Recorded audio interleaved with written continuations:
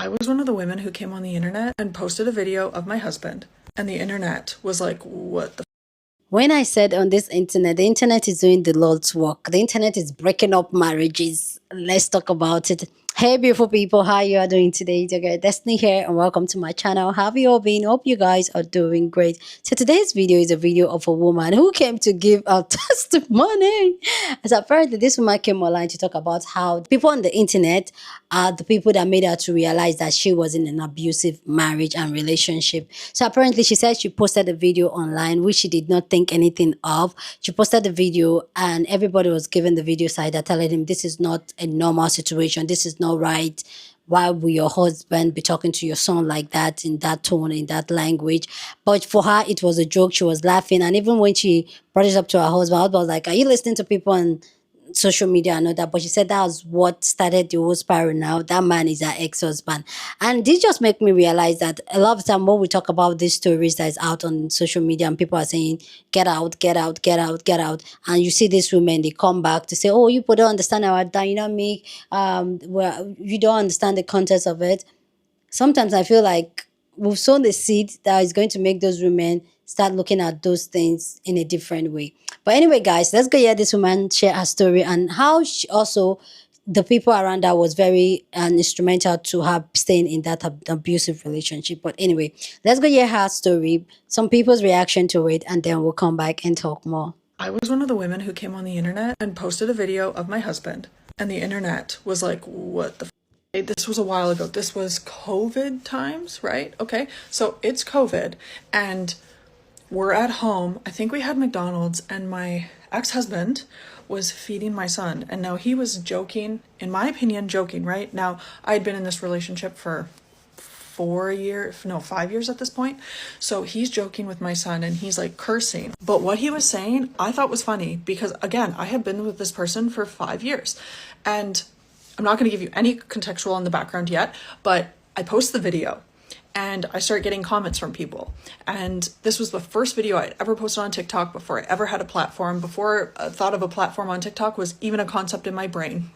So I post it and I start getting comments of like, why would he talk to your son this way? Like, this is not funny. Why are you guys laughing? All this stuff started coming in, and I think it was like 4 or 5 comments deep. And I remember going to him and being like, hey, people are saying this on the internet. Like, I'm starting to question things, like this is weird. And he was like, why would you care what people on the internet have to say? Like, they don't understand the context, they don't understand the this, they don't understand the that, like people on the internet are just miserable. So the gaslighting ensues, right? But what he hadn't known is that my sister was already in my ear being like, I don't like him, like something's not right. I remember her sitting me down into the relationship and like crying, having a breakdown, and she's like, I don't recognize my sister, like what is going on here? Like she didn't come to my wedding.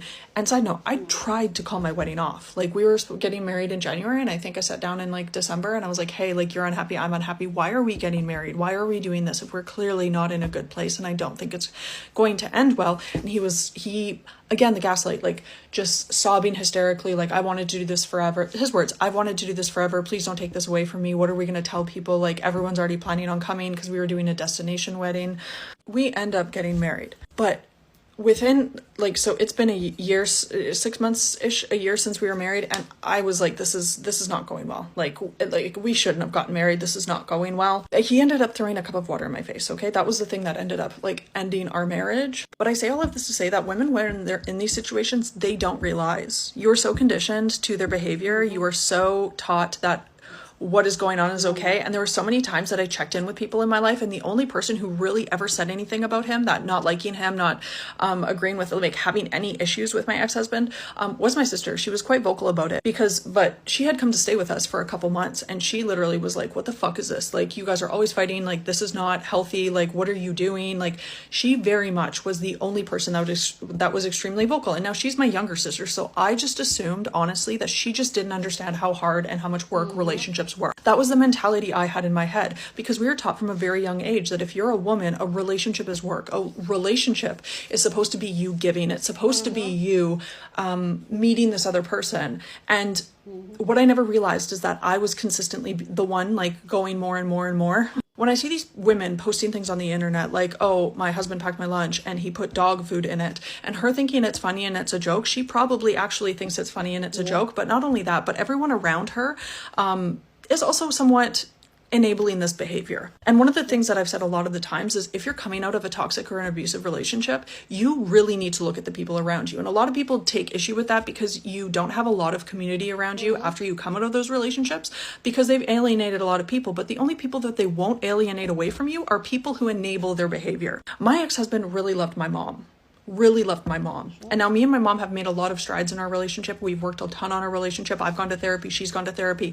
We talk every day. We talk a lot about our relationship, a lot about childhood. But she was one of the people that was like, a relationship is a lot of work. Like, she convinced me to stay with him a year longer. I had friends around me at the time that convinced me that what was going on was very normal, because in their mind it was very normal. And those were people that my ex-husband had no issue with, because they enabled his bad behavior. So when these people come on the internet and they post videos and they don't understand why you're getting upset, it's because everyone in their life has normalized shitty men's behavior, including themselves. And anytime that they've gone to someone for advice about their relationship, like, oh, we're having issues, they're getting gaslit by not only the man, but everyone in his close circle, all his friends and family, if he has any remaining in his close circle, and all of her friends and family that have chosen to stand by this guy. And generally, not a hard fast rule, but generally, if you're someone who's in a relationship with a man like that and you don't know the signs to look out for it, I would guess that the people around you, your friendships and things like that, they're also kind of down that manipulative, toxic rabbit hole as well. I mean, I had a friend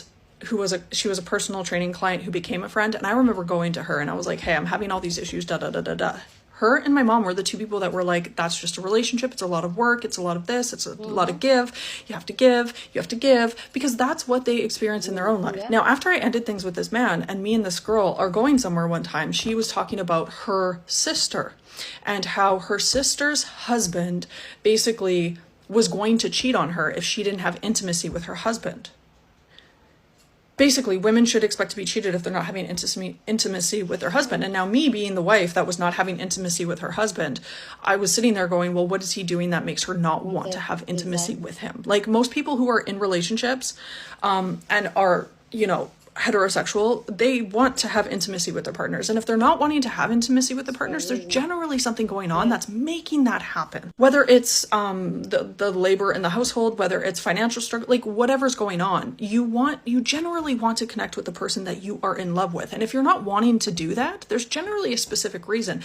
And I remember sitting this and she goes, no, like, if a man cheats on you, that's your fault. And I remember sitting back in our friendship and kind of like starting to separate myself in that moment, because I was like, oh, this kind of mentality is not healthy for me to be around, especially after leaving my ex-husband.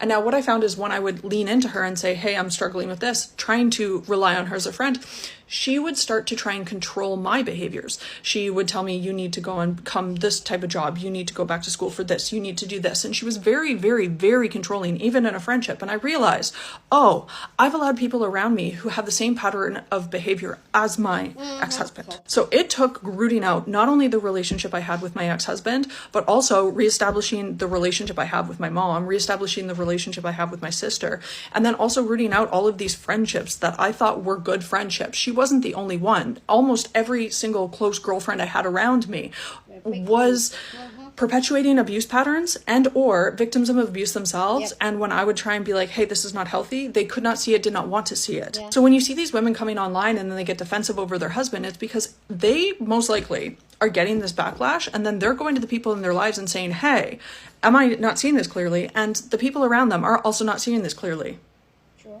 That's just the reality that we live in currently. Emotional abuse is really not talked about. It's really not dissected a lot. And a lot of the times people think that emotional abuse is not the same as physical abuse, or like even when I tell people like, oh, he threw a cup of water in my face, so many men and so many women will be like, that's not physical abuse. It is physical abuse, and the physical abuse started with him throwing remotes and slamming doors. Physical intimidation is a form of physical abuse, even if they're not directly putting their hands on you. And when I look back at the relationship, he taught me how to do Muay Thai and kickboxing. And I remember we would go to the gym and do Muay Thai and kickboxing, and he would hold pads for me because he had been doing it his whole life.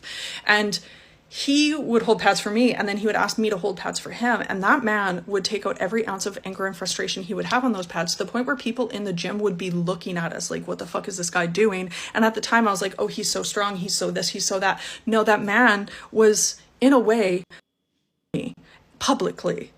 Even though he wasn't physically putting his hands on me, he was putting them on pads. I was still taking the brunt of kicks and punches. So even this conversation, it's about dog food in a bag, but it's really about emotional abuse. And it's of the fact that a lot of people don't really realize that emotional abuse is just the stepping stones into physical. There was a guy, I believed he worked for the FBI, and he came on and he said, if your partner calls you a bitch, he will put his hands on you. And if he'll put his hands on you, he will. It may take him 20 to 30 years, but we always hear of these people saying, oh, I never thought he was capable of that. I never thought he could do that. Well, the signs were always there. We're just told that they're not.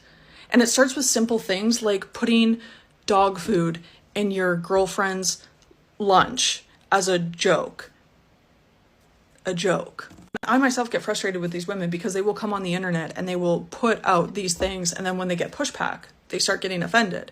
And the reality of the situation is, it might be the starting point of their divorce. I've seen women come on the internet, and I want to say that when people on the internet were calling out the behavior that I thought was very normalized because I was in it every day, it might have taken me, 6 months, a year to really like recognize it. And it's still like something that you years later realize, oh, that was not normal. Which is why I do think we should be calling out when women post things like this. Because even if it's not the woman posting it who has the realization, it's the woman seeing the comments. It's the woman realizing, oh, it's not normal for my partner to hate me. I was one of the women who came on the internet and posted a video of my husband, and the internet was like... So I feel inclined to speak on this because I'm 29 on my second marriage, but the two men that I married were like polar opposite individuals. So here's some things that your current husband does that your next husband probably won't do. First things first, starting off strong, commenting on your woman's weight under any circumstances, absolutely unacceptable. Big back, big mama, how much or how little they have on their plate, absolutely none of your goddamn business. None of your goddamn business, ever, under any circumstances. Next, calling her a bitch, ever, even if you're joking, like, that's so, you're not embarrassed by that at all, that other people hear you talking like that? Feeling like you need to poke fun at your wife all of the time, like you need to embarrass her in public and even in private, like you feel like you just need to jab at her all of the time to like make yourself feel cool and important. You're a fucking loser. You're not important, unfortunately. And the only reason you need to act like that is because the world has shown you just how mediocre you are, and you're doing anything you can to get attention. Next, telling your wife to shut the up. Even if you think that's a joke, I don't hear anyone laughing, first of all. Every time you claim you're joking, I don't hear anyone laughing. Ever. Like, even some guys, like, they do it in front of, like, their families. Like, their children. You mean to tell me that your wife, your like, actual real-life wife, you think it's okay to tell her to shut the fuck up? Who raised you deranged fucking psychopaths? Not funny. Jokes are supposed to be funny. You're not funny and you have a small penis. Another thing, spending all of their time in their shop or their garage or like working on project, like all of their free time, they're in there until well after your kids have gone to bed. You know, you're bringing him dinner out there. It's Tuesday and he's drunk. Like, first of all, that man hates you. And second of all, that's unacceptable behavior. Unacceptable behavior. My husband is the definition of front door famous. We literally plan our day around when daddy's going to pull into the driveway. We can hear him coming from down the road and we are on the porch waiting for him. Every single day. He can't get home to us fast enough. Like, yesterday I asked him to pick up a Walmart order on the way home and he apologized to me. He apologized to me for taking so long. Let's get right into the chronic cheating. So if your man has been literally cheating on you since you guys got together, like, and I'm not talking about like, oh, I caught him texting his friend from high school on Snapchat. Like, no, I'm talking about the men that you've proven, over and over and over again that he's literally having sexual intercourse and like full-blown relationships with other women while he's in a relationship with you. First of all, that man hates you. Second of all, he's gay. I can elaborate further, but I'm not trying to hurt everyone's feelings because this one applies to a lot of you. Also, ladies, just jot this little one down for me. Just jot this down for me real quick. If you are absolutely disgusted by your husband, like you find him to be absolutely atrocious and like you're appalled by his behavior on a daily basis, it is probably because he acts like a child and he's nowhere near ready to be a husband and a father. But also you might be gay. Try that out, sis. If your wife never has any money to herself, like she's literally nothing to live for, can't even go get herself a coffee, but like you have tons of really expensive toys, embarrassing. Embarrassing. You should be ashamed. Your wife should be like a walking billboard for how you take care of her. And if you don't take care of her, I promise you everybody can tell. Everybody can tell. For example, we're remodeling our bathroom and closet right now, and me being the individual that I am, I have this dream for like super bougie, fancy, you know, closet shelves, and they're not cheap. You know, they're not. And my husband is the sole provider. I have my own little side business, but like that's just like my fun money, you know.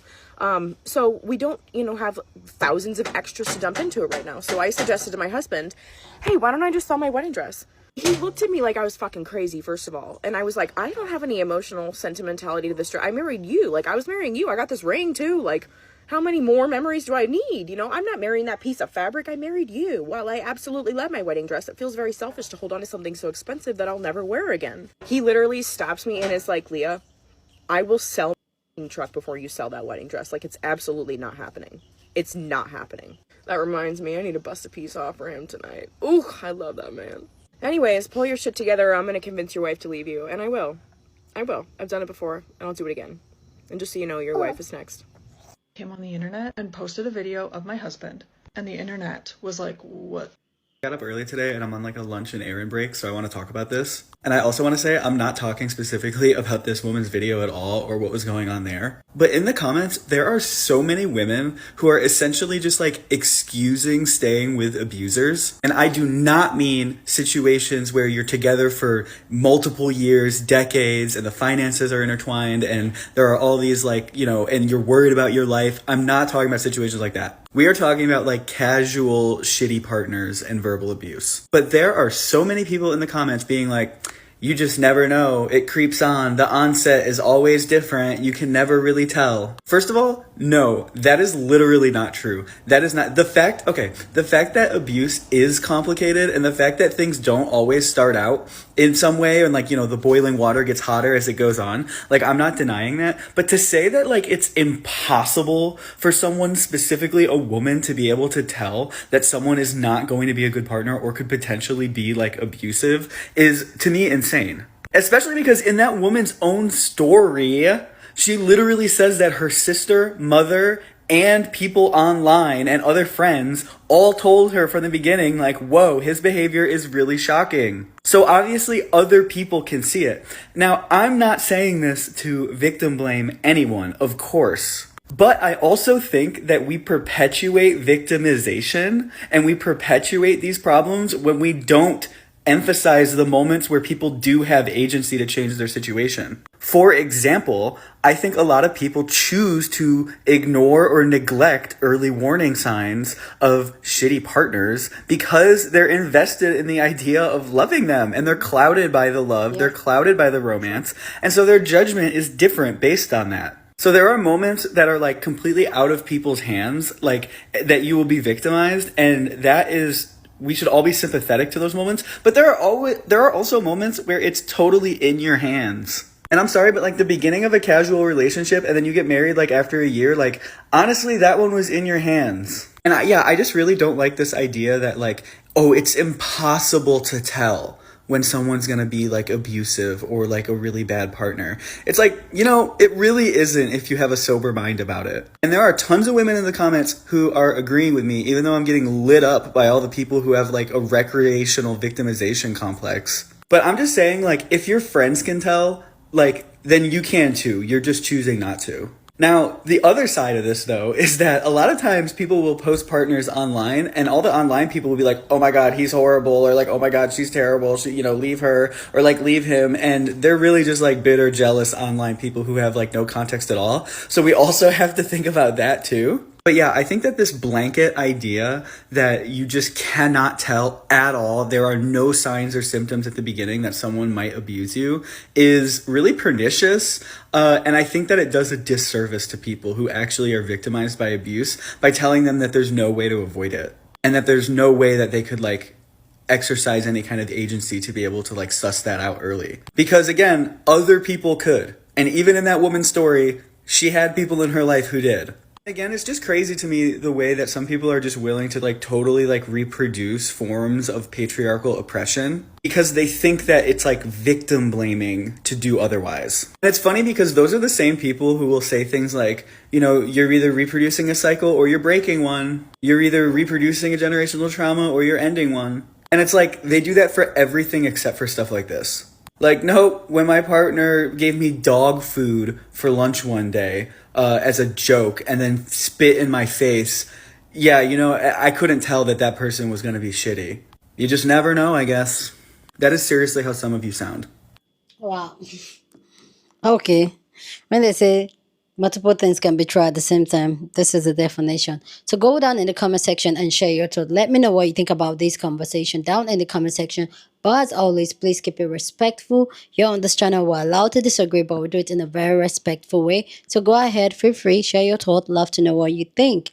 So here's my own take on this. Like I personally, I believe I agree with the original creator talking about sharing a story about how it was the internet that made her to clock it that she was in an abusive relationship. A lot of the time, people don't understand the fact that a lot of the things that is embedded in us, especially as women, that especially when your trauma is still with you, you've not started, you're not very self-aware and self-cautious and intentional about your life, and you're still in that delulu of man, I need to have a man. you Once I have a man, we can fix it together. I'll fix him and all that.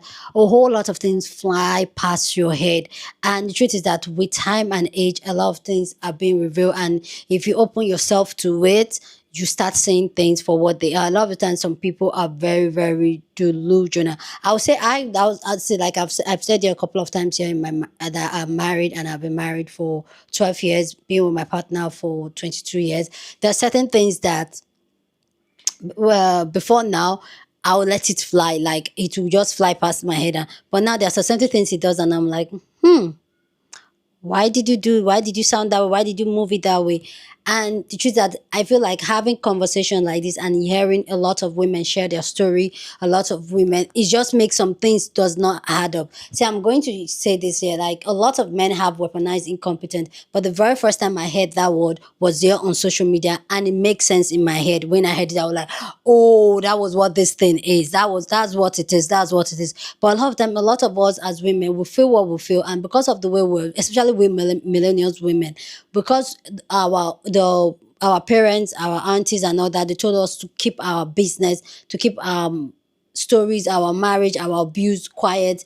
We don't realize that we are in an abusive relationship. They tell us that we should be grateful for the bare minimum that we're getting out of it, because that is how they did not even get anything. So we were getting the bare minimum. So be thankful and be grateful. And I feel like putting out your story out there, like sometimes you inside something, you don't see things, people outside see it for you, and then they recognize it. And like the last creator was saying, that if your sister saw it and didn't like him, then I personally, I believe that if you are with somebody and somebody very close to you that you love and trust, their thought and opinion is telling you that I just don't like this person. This person makes you a different person. That it does not look good. Because whether you like it or not, when you get with somebody, you become you literally become a different person, because now you have a different version of your life that you're dedicated to that person. Whether anybody wants to agree to that, it is what it is. Once you are in any form of relationship with a new person,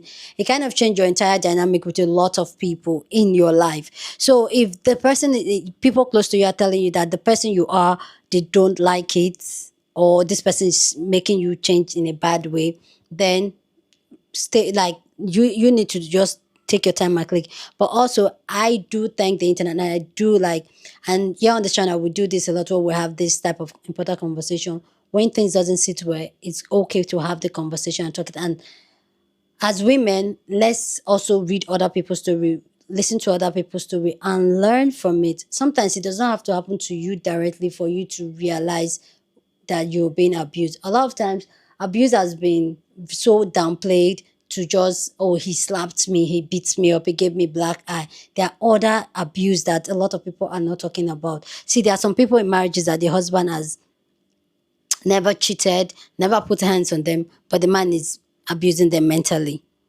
In fact, I feel like mental abuse is one of the most difficult abuse for you to explain to anyone. That's me personally, because how can you explain the mental? Because you are the only one that is seeing it and feeling it in your head that I'm being mentally abused. You're telling somebody, the person just telling you that. Like in Nigeria, they'll say, "Oh, did he beat you?" No. Did he bring another woman to the house? No. Did he drop money for food? Yes. So, what mental abuse is he abusing you? Do you understand? When this person is saying slight comments to you, when this person is doing things and not showing up the way they should show up, and all those little things, these things build up. And women sharing their story, I feel like it's just it. So if you're on the internet, if there's any story that looks like your story that is on the internet that we've shared and all that, you go and evaluate your life. And as women, I say go do the work. Like I always talk about it, do the work. Go to therapy, do the work, heal your trauma, because a lot of the times our trauma make us to stay. We become codependent. We become anxious, attached to situation, to people that are very toxic to us, to people that are abusing us, and we're not going to go anywhere. We'll call it love.